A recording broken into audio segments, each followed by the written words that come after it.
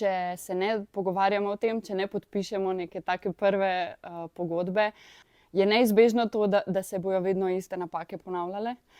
Se pravi, če ni nekih dogovorov, povezanih tudi z zasloni, se zgodi, da potem je zelo veliko prerekanja vedno, zelo veliko nesporazumov lahko v družini zaradi tega. Otroci so pol neomejeno, nenadzorovano na zaslonih, kar je rizično iz več vidikov.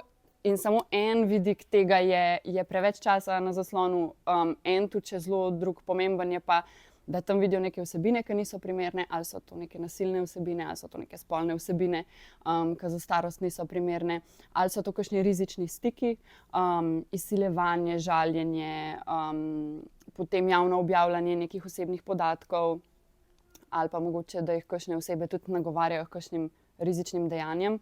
Tega je zelo veliko, in če starši tega ne vejo, kaj se z otrokom dogaja, mu ne morejo pomagati.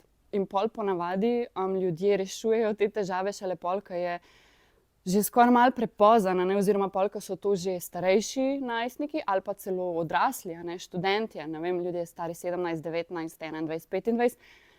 Takrat je pa pol že zelo težko neke take pravila nekomu postavljati, pa ga nekaj omejevati. Zato bi se temu tudi radi izognili, da že v bistvu v začetku nek tak zdrav odnos do tehnologije pri njih vzbudimo, vzgojimo, naučimo.